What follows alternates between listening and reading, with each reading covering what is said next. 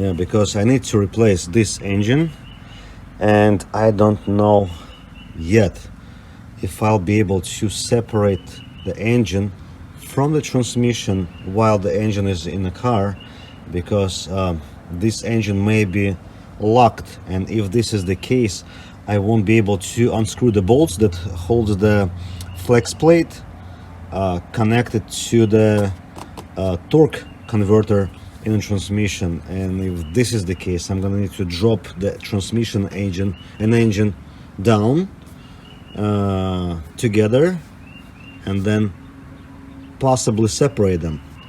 However, that will depend on the condition of the transmission, because if this transmission is shot, I don't need to separate them. And the first determination about the condition of the transmission I'm gonna do when I will unscrew the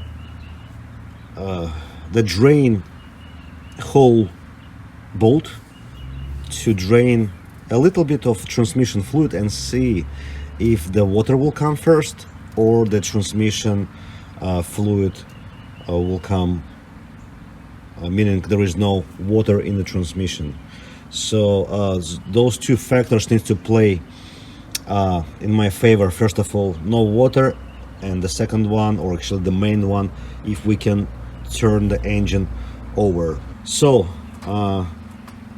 if we can turn the engine over and the transmission doesn't have any water, I think I'll be able to disconnect the transmission from the engine, and I'll be able to lift the engine up right here through, this compartment. Probably I'm gonna need to remove the hood, maybe.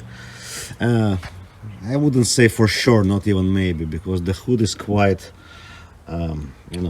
low when it's fully open. So yeah, most likely I'm gonna have to remove the hood. That not a big deal.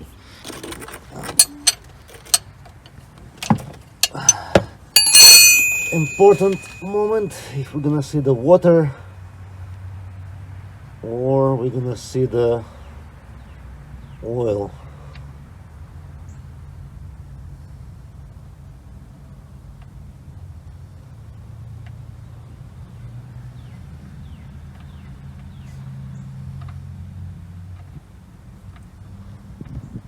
It looks like a water to me.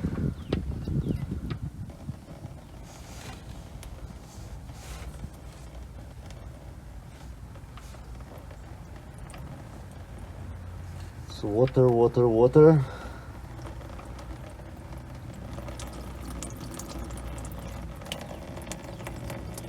It's still water.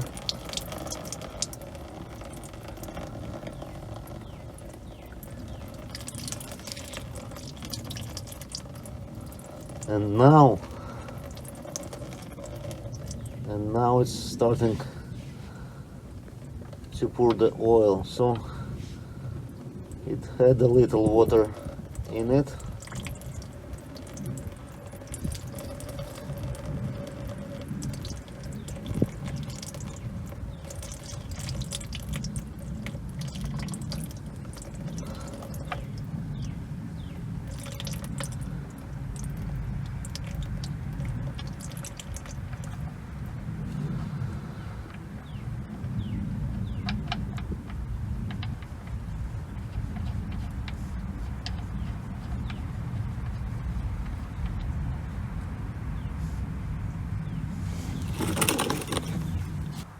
So I put this, whatever I just drained, into the clearish container, and this is how much water is there. So probably the less than a half of the whole quantity.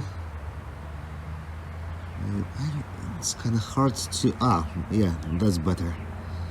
So I'm not sure, maybe it's like a 1 can of Pepsi.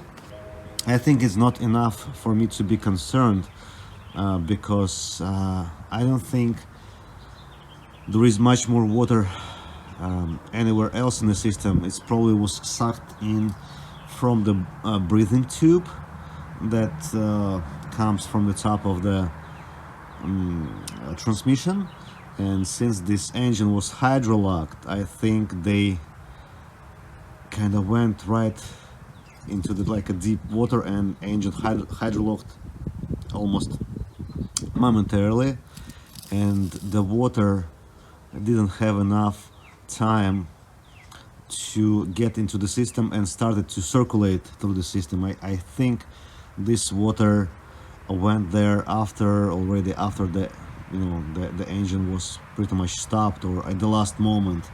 So I don't think there is much more water in the transmission system. And anyways,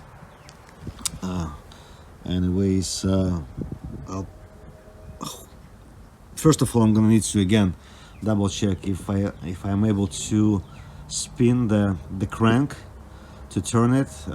Otherwise, regardless of the status of the transmission, I'm gonna need to drop both the engine and transmission together. And this is how the pan looks like. They came from a desert. I don't know. So I think the first of all what I would like to do is to remove all the spark plugs. The three front spark plugs are easily accessible. To get to the rear ones, I'm gonna have to figure out how to remove the this plastic air intake. There are a bunch of pipes, hoses, connectors. So it's gonna be the first one for me. I see some bolts holding it in place, like this one, this one, this one, this one. I think those two bolts holding it in place as well. I'm not sure about, I mean, the whole intake part, like the throttle body. All these gonna have to come out regardless when I'm gonna swap the engine, so I can as well remove it pretty much right away. So yes, I'm gonna start with undoing whatever I can undo, and I'm gonna put the screws right into the holes just to know where they belong to. Okay, just remove the upper intake, and this is, hopefully you can see something.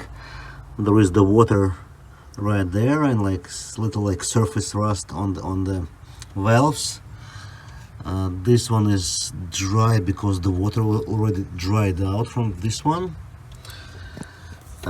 This one, oh my god, it's so hard to focus.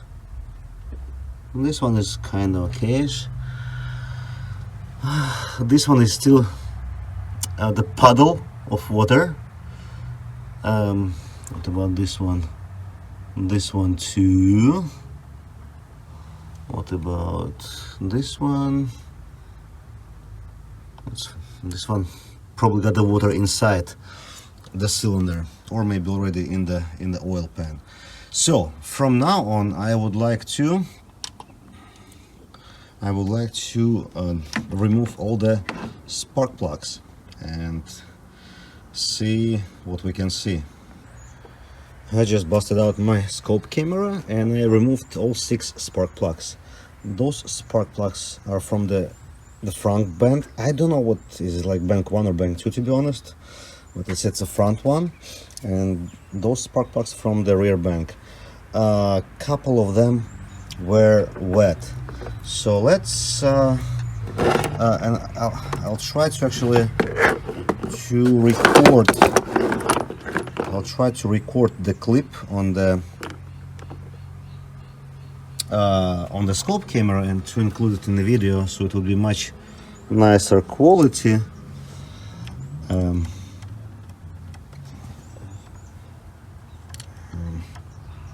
Right now I'm trying to get inside. Okay, that's the cylinder. A little wetness right here, but let me try to change the camera. Come on.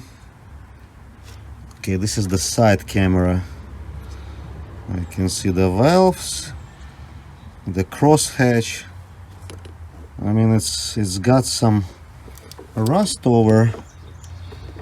I'm not sure how bad is it, but doesn't look too bad, to be honest.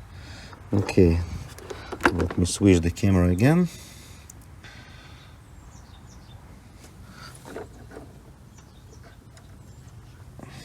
All right, and I can see the rust, you know, I guess on the upper side of this of the screen now. Let me try to get right there. Okay, that's the you know, the cylinder on the right passenger side. Let's dive into the next one, and the piston is almost at the top position. Let me try to switch the camera to the side camera, and maybe can't see much, just the valves.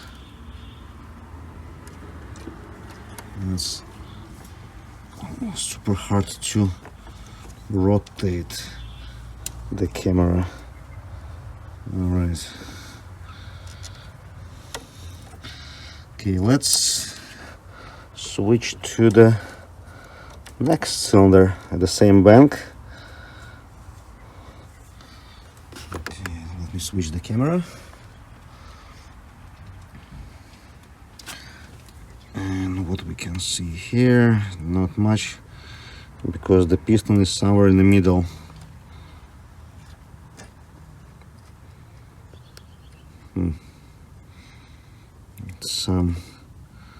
Some rust.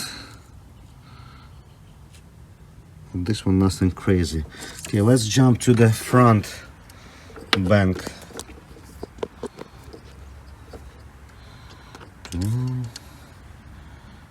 Okay, the piston is all the way to the top. We cannot see much. Let me try to switch the camera to the side view. Come on. Okay, this is the thread for the. Okay, the piston is all the way to the top. I guess this is the injector right there, and we cannot see anything, and piston is all the way the side camera.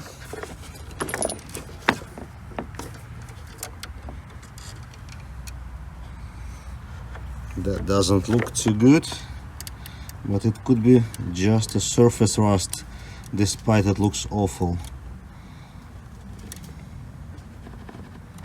Yeah. Okay, let's jump to the last one. It's gonna be the front bank on the front and the passenger side. And this is where the carnage is. I think you can see something that you shouldn't see technically in a nice cylinder. Chunks of metal. And again, the piston is very close to the top, and I cannot articulate good enough with the camera.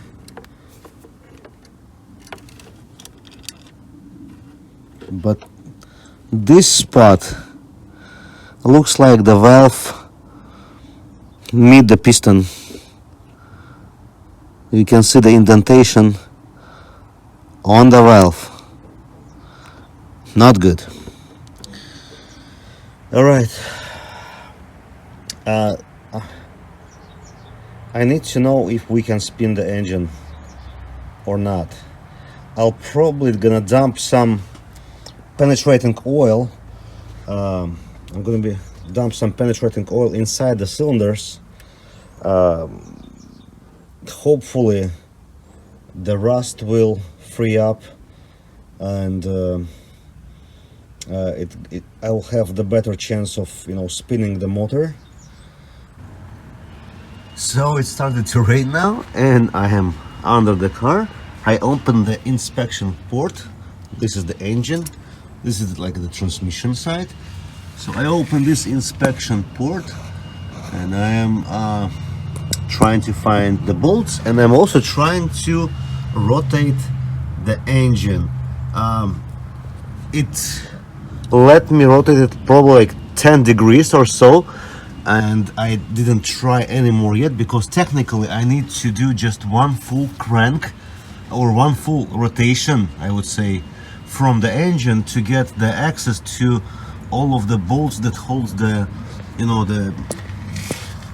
engine and transmission together. And I think you can see one of the bolts right now. So I'll try to take this bolt out. I don't know what the size of the bolt is, but hopefully I'll be able to. One bolt is out, so it's 17mm socket. Where's the inspection point? Right here. You can see the hole, and I'm gonna try to rotate the engine. With those horrible sounds, I was able to rotate the engine up to the next bolt, and again 17mm socket should remove it, hopefully. The second bolt is out. We're about 33% done, I guess. If I'm not mistaken, there are 6 bolts. I was able to make an engine, kind of 2-spin, and removed all those 6. I think there are 6 bolts, but the engine doesn't sound too healthy. Take a listen.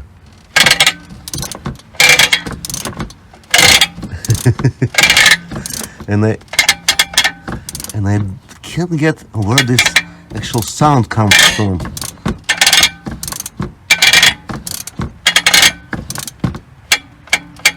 It almost like comes from the transmission. I'm not sure if it's possible or not.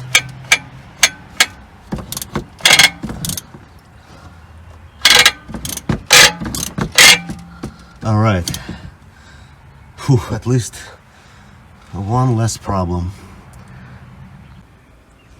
Okay, let's get to part 3 of our series, I think, where we're gonna replace the engine in this 2023 Palisade with the engine from 2022 Palisade.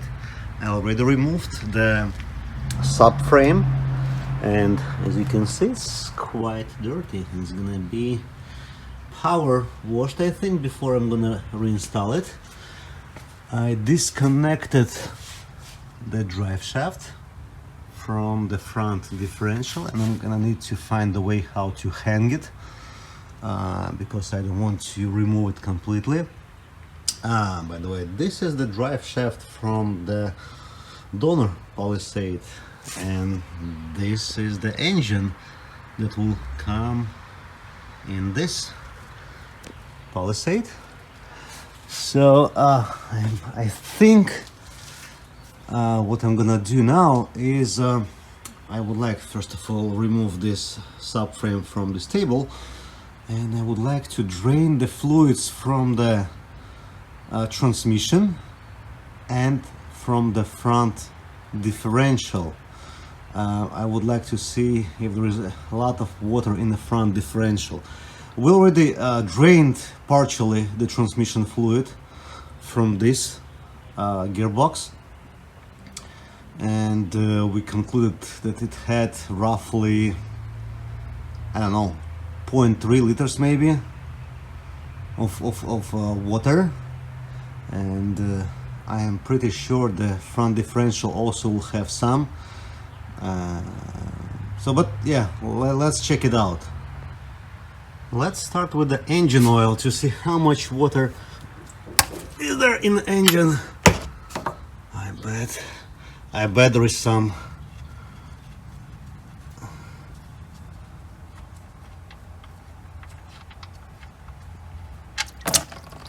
Okay, it's kind of mixed, but I would anticipate, to be honest, more water to be in the engine.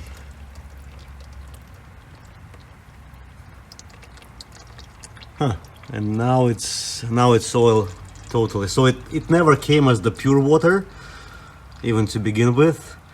So it really had only at the very bottom. So yeah, this engine definitely suffered from this initial shock, but wasn't really kind of submerged. So the water entered the engine, like through the exhaust, for example, or whatnot. All right, I'm gonna drain the whole oil from the engine, and we'll move to the front differential. By the way, I should give a credit to this engine construction, and in particular to the oil pan. It's got the slope going down, so pretty much you're getting the very most of the oil possible. A lot of times those pans are kind of horizontal, and you cannot get, you know, everything from the bottom of this pan, but since it's kind of sloped downwards, you are getting the most of the oil out. Let's check out the front differential now. It's like 22 millimeter, not quite a size.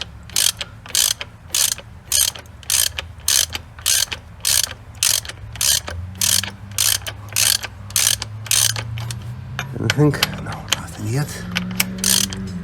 So we've got a thread seal, and that's why it's not coming as easy. All right. Are you ready, guys? Actually, hold on. It's just an oil. I won't drain it since it's almost new. I'm gonna need to refill some. I'm gonna drain it anyways, regardless. But it's like new. And I think I saw maybe couple drips of water, but nothing to be concerned about. All right, so that's that. I'm gonna let it drain, and yeah, we'll go to the transmission next. And by the way, I noticed a little bit of shavings on this magnet of the drain cap. I don't think it's, actually I'm pretty sure it's not related to the flood incident. It's probably just a break-in shavings, but you know, regardless, this is something I wanted to note. I applied some thread sealant, and I'm gonna put it back in place right here. And yeah, I am actually planning to keep this differential as well as the transmission. At least I'm gonna try to. The original one that came with this car.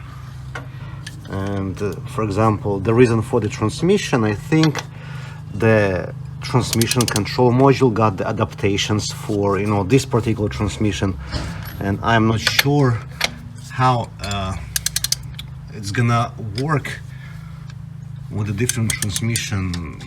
Do I need to kind of recode it, or kind of what to do? So that's why I decided to give it a try with the old transmission.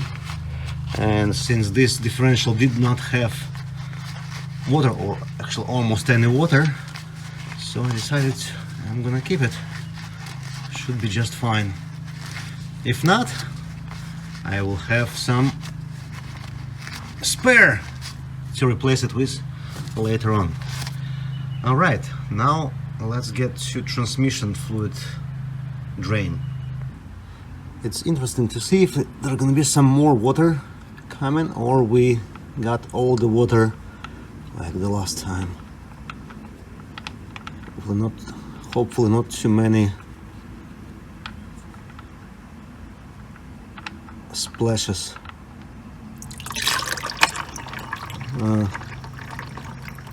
Hard to say. Maybe couple drips of water, but mostly just transmission fluid. I think transmission should be just fine. I am disconnecting the exhaust, and it looks like I got quite a few water, quite a lot in the exhaust, at least on this like long section that goes to the end. By the way, I thought this is the resonator, but looks like this is the secondary converter. You can see it right there. So this is the primary and one more on the other side, and this is the common secondary converter for both of those guys. So I'm getting ready to drop this engine, and we're almost there. I removed 4 bolts holding the transmission and engine together, the lower bolts. I still have 4 upper bolts, plus the bolts holding the starter. And what I did as well, I unbolted the AC compressor from the engine, and I hooked it to the side, and looks like the engine should clear the space. In case if not, I will kind of move it around a little bit. So this system is filled with 1,2,3,4 YF expensive refrigerant, and I do not have the kind of hardware to evacuate it and then refill it. So I decided I'll try to use this trick and keep this system under pressure and pull the engine or drop the engine without it. A couple more hoses on the top, like a couple coolant hoses. Transmission hoses been disconnected already. Need to check the grounds and the fuel lines. Fuel line and the evap line, if I'm not mistaken. So this is from the top, so I need to disconnect this coolant line, that coolant line, this coolant line, and there is one more behind it, this coolant line, and this fuel line, and an evap line. Evap line already been disconnected actually. All right, good. And from that point we're gonna drop down the engine.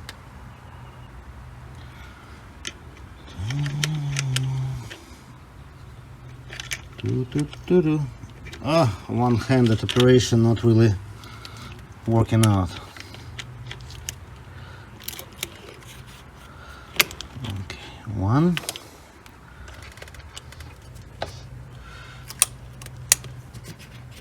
Two.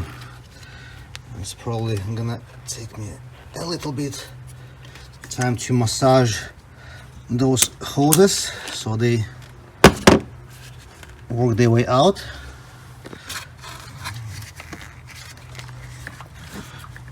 I usually do this little trick, actually putting a little bit of WD-40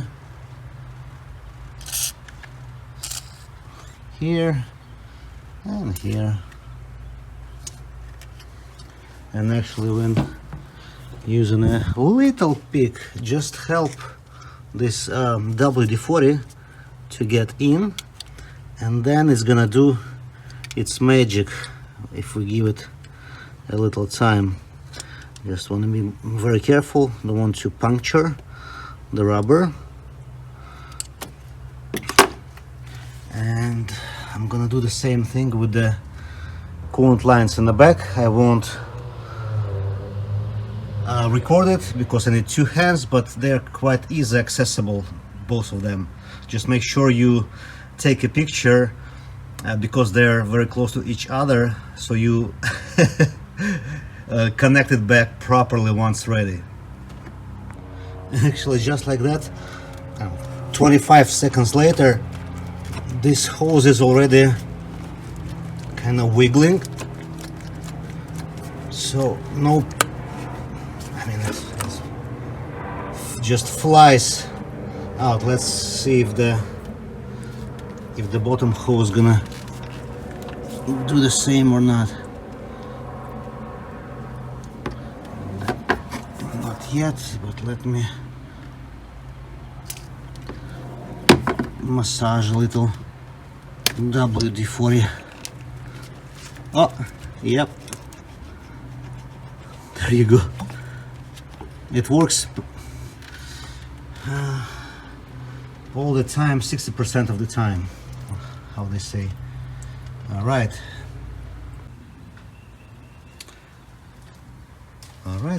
just disconnected the fuel line, disconnected the rear coolant hoses. The front hoses were already disconnected, both of them. Wiring is disconnected, and I just need to remember to disconnect this ground wire right here. I guess it's 12, it's either 12 or 14 millimeter nut. Let me do it right away. The engine and transmission are positioned kinda on the table. It looks like this guy is clearing for now.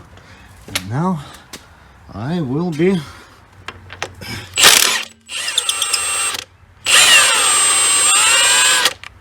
unscrewing the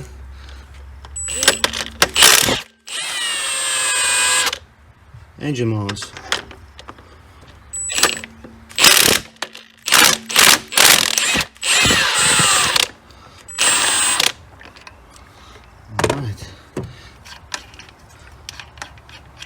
So the engine didn't drop to the ground, which is the good news.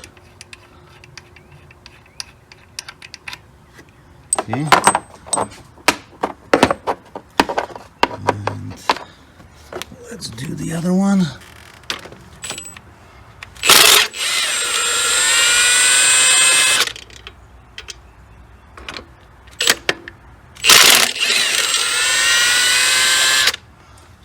Let me remove the bolts. 1 and 2.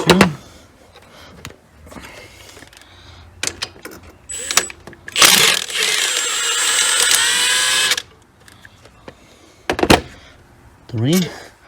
And now technically the engine may shake back or forth.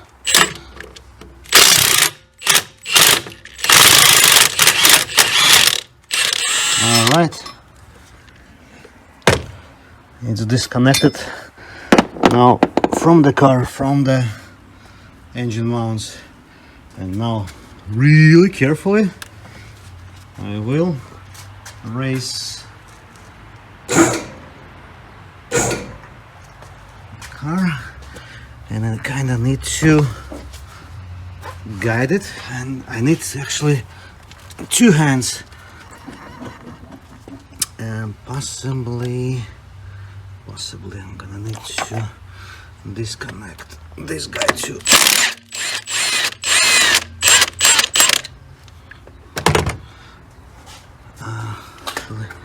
Let me lower it a little.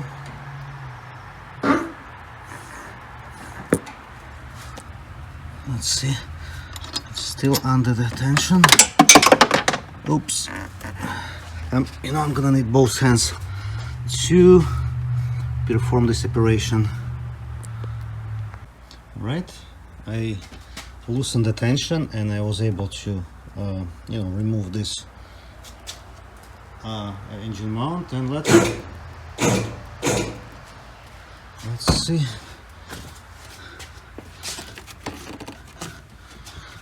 I think I need to slightly move the table.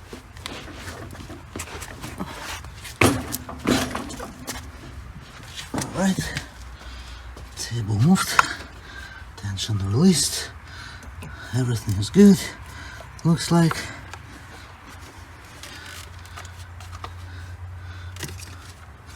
We are clearing. Alright, going up.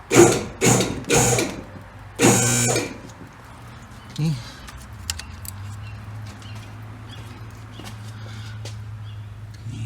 This pulley clearance. I see that in the future the AC compressor may interfere. On this side looks like everything is fine. Okay, carefully. A few more bumps.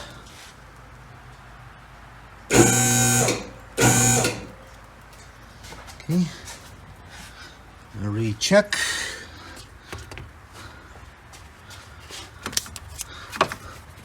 Transmission mounts good.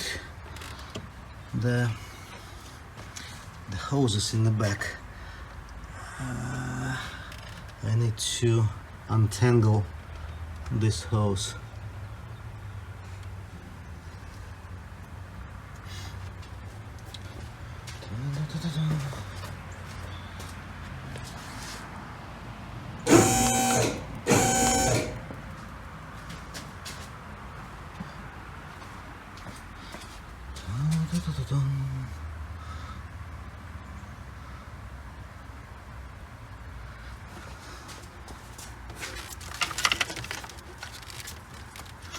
Need to release those guys. Those guys stays with the car. Okay, going. Okay, how do we look in here?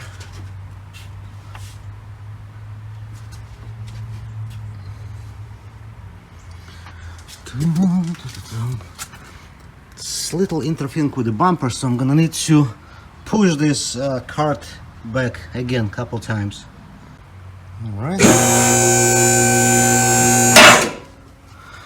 Alright, how it looks like. We cleared the AC compressor, all the pipes. I think we're in clear.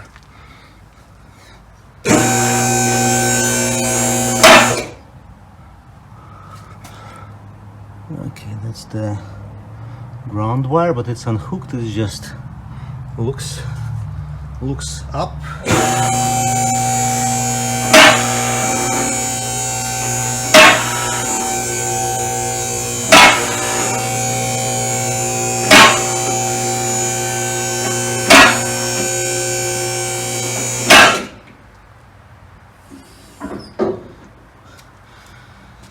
Interesting observation.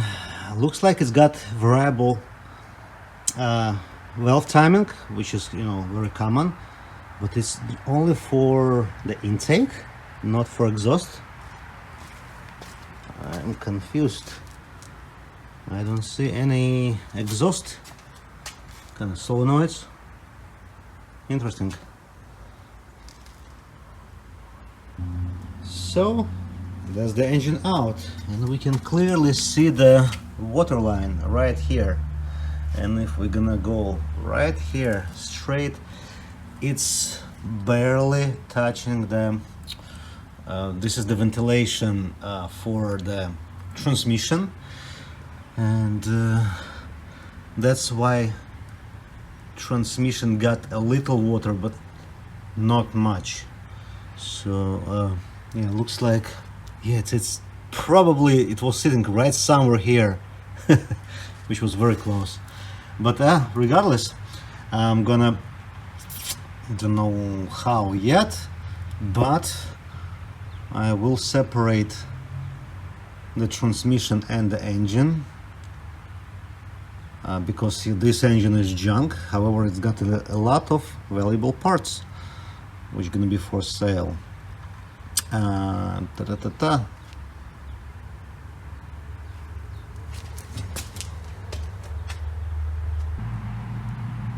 went ahead and removed the starter motor from this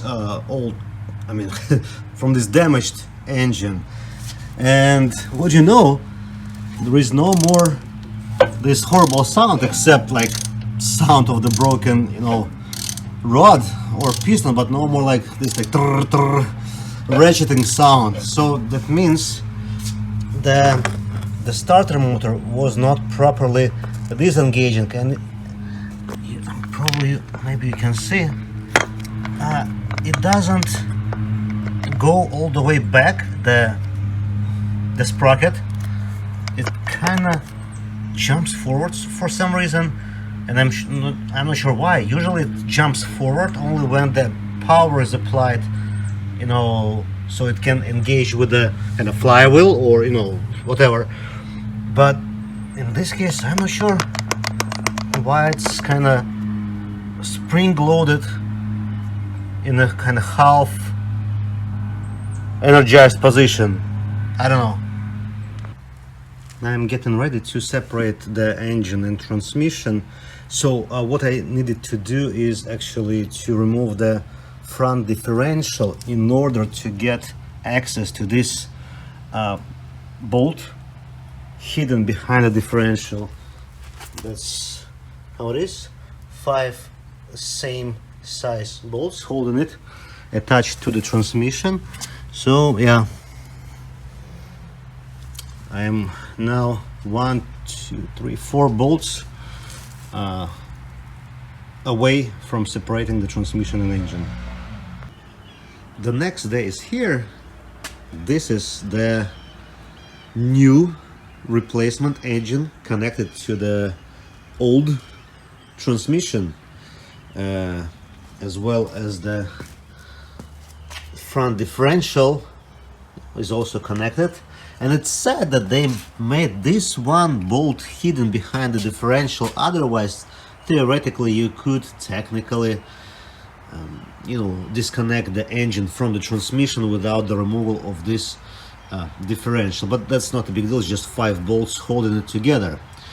What I wanted to point for all of you who gonna be disconnecting the transmission and engine, there are about 4 bolts. Let's say so here's the deal. This is the transmission, and the lower bolts that holds the engine transmission together are going into the transmission side, and those has the finer threads on them. The bolts that holding the engine transmission together, like the upper side, for example this one,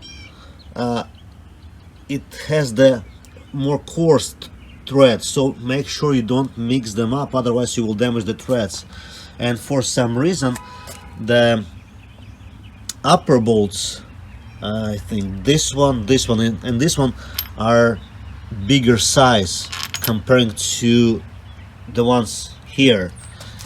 And there is one big bolt that goes from the engine into the transmission. The big one, it's also got the fine thread. So let's say this bolt is got coarse thread, this bolt got the fine thread. So yeah, be very careful with it. So after I connected the transmission to the engine, I was pretty much about to put everything back together, until the moment I realized that this connector that came with the replacement engine from 2022 does not fit the transmission shifter solenoid or the motor from 2023. So you can see it's got 4 bigger connectors on one side and kind of 6 little connectors on the other side, while this one, it's got 3 big connectors on the top and 5 little kind of connectors or contacts, I would say, in the bottom. So it's totally different plug, and so in total this plug is using 4 fat wires and 4 thin wires, while the original that came with the 2023, it has 3 fat wires on the top and 1, 2, 3, 4, 5 thin wires in the bottom. What that means is I need to replace this wiring and hope, make the fingers crossed, that all the other components are similar. Otherwise I will switch, I will either need to switch the components between each other, assuming they fit, or I will need to source the different engine from 2023 and up, which I do not want to do because it's been quite a lot of work already. So let me strip this wiring out from this motor. So yeah, this is the part that goes into the engine ECU, and this goes into the kind of fuse box. So yeah, they're not identical as it turned out. So those are those 2 wiring harnesses, and I manually went ahead and checked each of those connectors side by side, and the only difference I found is related to the transmission though. So those connectors, for example, that goes into the junction box, the connectors are the same, but the pinout is slightly different. For example, just the top row, yellow, white, black, blue, yellow, white, black, there is no blue.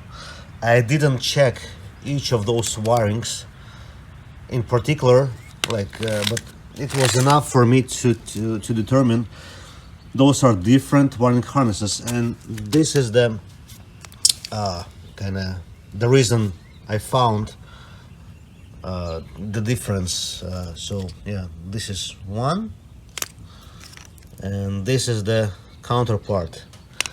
So I'm gonna be using this harness, this one, on this motor, and hopefully I don't anticipate to find any differences from this point on the engine side. So I think we are safe to assume engine should work just as normal.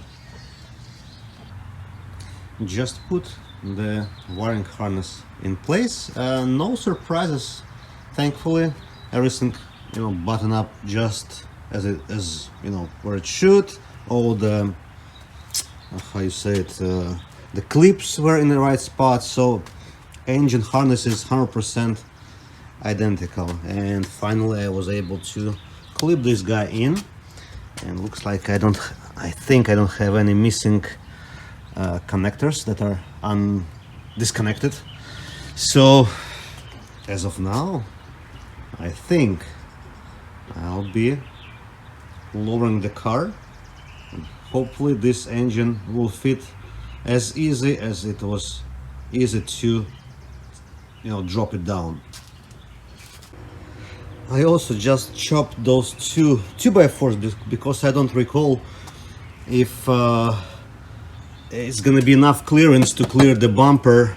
So to be on the safe side and not to do it like in the last moment when the chassis is already down onto the engine, I decided to do it preemptively, so it doesn't bother me in case this happens. By the way, while the engine is still out, I wanted to show you the difference in quality of the aluminum casting for the timing cover. Take a look at this. So this is 2022 that I'm putting in the car right now, and it's got crack looking, you know, casting. Those are not actual cracks. They looks like cracks, but I'm not sure, maybe it was the bad batch or what. Comparing to almost flawless front cover or timing cover. By the way, I'm not sure if, yeah, I think it's a timing cover on the front, so most likely the chains are here. Yeah, of course they are. So yeah, that's something I wanted to point out. The last inches, body down or engine up. Okay, this one is set. I'm gonna put a nut, and now I'm gonna need to position this side properly. You can see it's probably half an inch towards the front. I'm gonna need to push it just slightly here back and put those 4 bolts if I'll be able to find them. Maybe those are the bolts actually. For the final touch, I'm using this lever on the hydraulic table. Hopefully, oh, go back. That's too far out. Doesn't work as easy as I was hoping to, but it looks like I was able to position the bolts right under where I need them to be, and from that point I can actually simply at least one bolt. Hold on, not as easy as I thought. I'm gonna need to have both hands because I need to slightly twist the mount to align the holes. Sorry about the shadow. Strike 2. The positive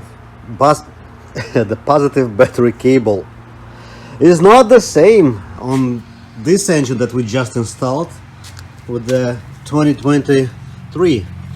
The only difference is in this freaking, how it goes, connector. Everything the rest is the same. Why did they, you know, put a different connector on the wiring? I have no idea. So I'm right now in the process of the removing of this harness.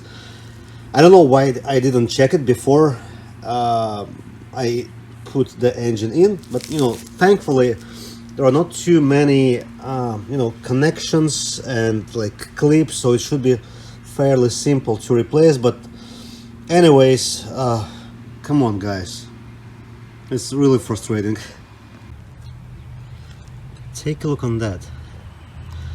At first it seems that those two connectors are identical.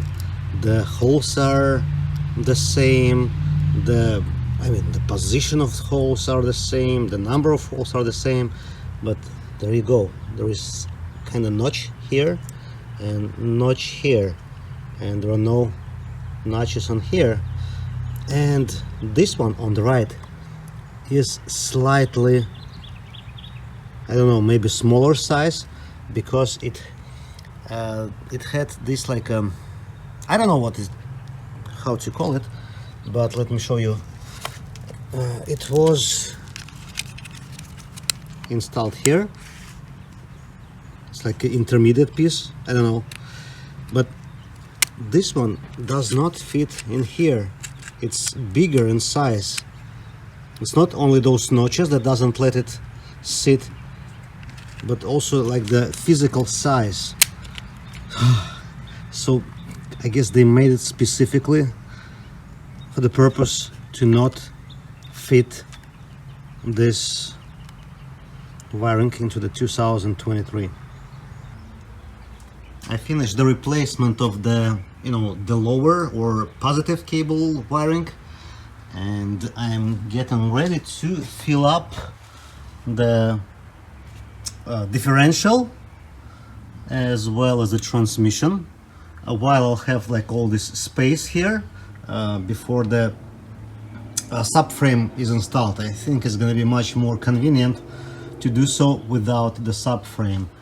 I connected or installed the axles, both sides. I installed the exhaust under the car, and the side note, it's much easier to do without the subframe. So if I will ever need to remove the engine from Palisade, then I will drop the subframe first, then I will remove the exhaust, and then I will remove the axles in this direction.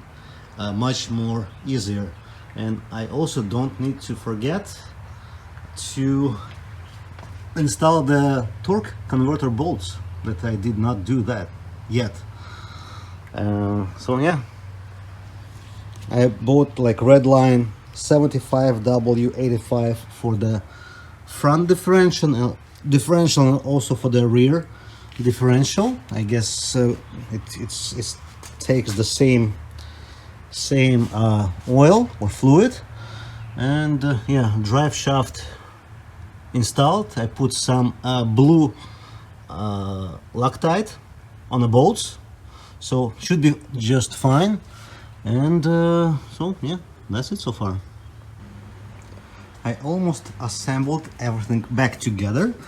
I put the new fluids in both the differential, the rear one and the front one, and I used this Redline 75W85.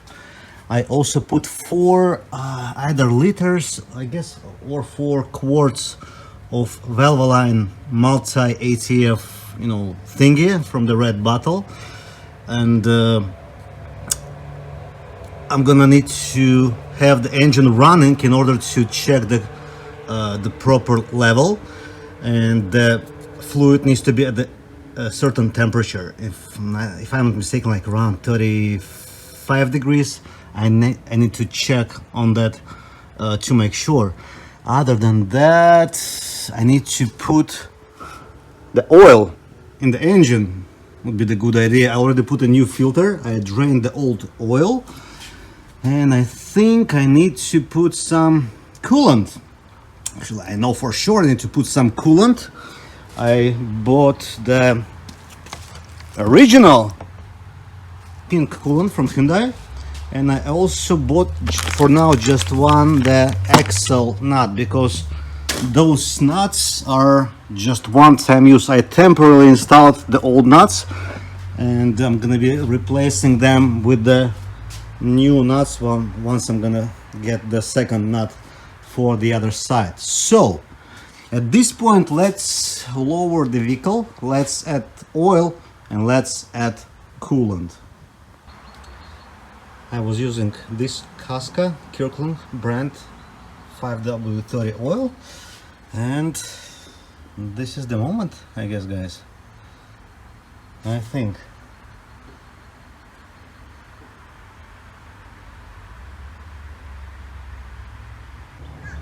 So this is the moment that makes me a little nervous, because what if I forgot something, or I don't know, something's not gonna work.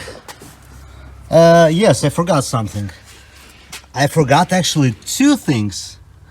First of all, I forgot to hook up the brake pedal, and second of all, I forgot to install the steering intermediate shaft. So I cannot use the wheel right now to steer. Whew, that was the close one. Let me connect the shaft and connect the steering pedal back in place. Just connected the linkage, the pedal, and kinda the moment of truth. What I forgot? What do you think, guys? And most likely it won't gonna start from from the beginning because the fuel rail was disconnected, so it's gonna need to prime. I heard the fuel pump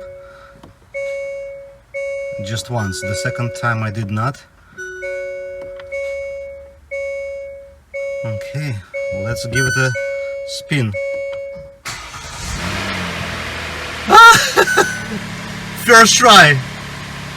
Oh my god, this one is alive.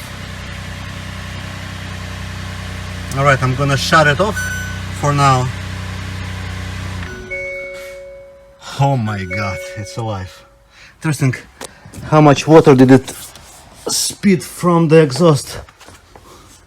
Moment, guys, because I think the exhaust was full with the water.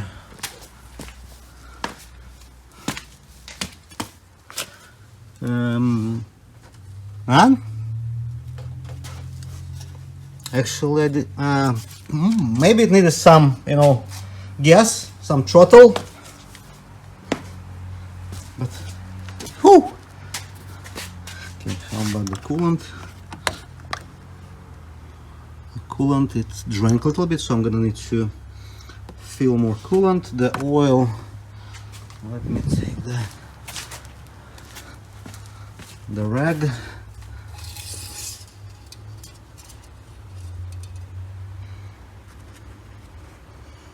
It's little above maximum, but just a hair. Okay. Oh, guys, I am very pleased so far. I'm gonna have to connect the scanner to set the proper level of the transmission fluid. So I think it's nothing really interesting to shoot a video about, but the next clip probably gonna be me driving out from the garage. Found the coolant leak on two on two hoses I removed. Hold a second. Let me try to. This is the first one, and this is the second one. Interesting. But first of all, I'm gonna take care about the transmission fluid level.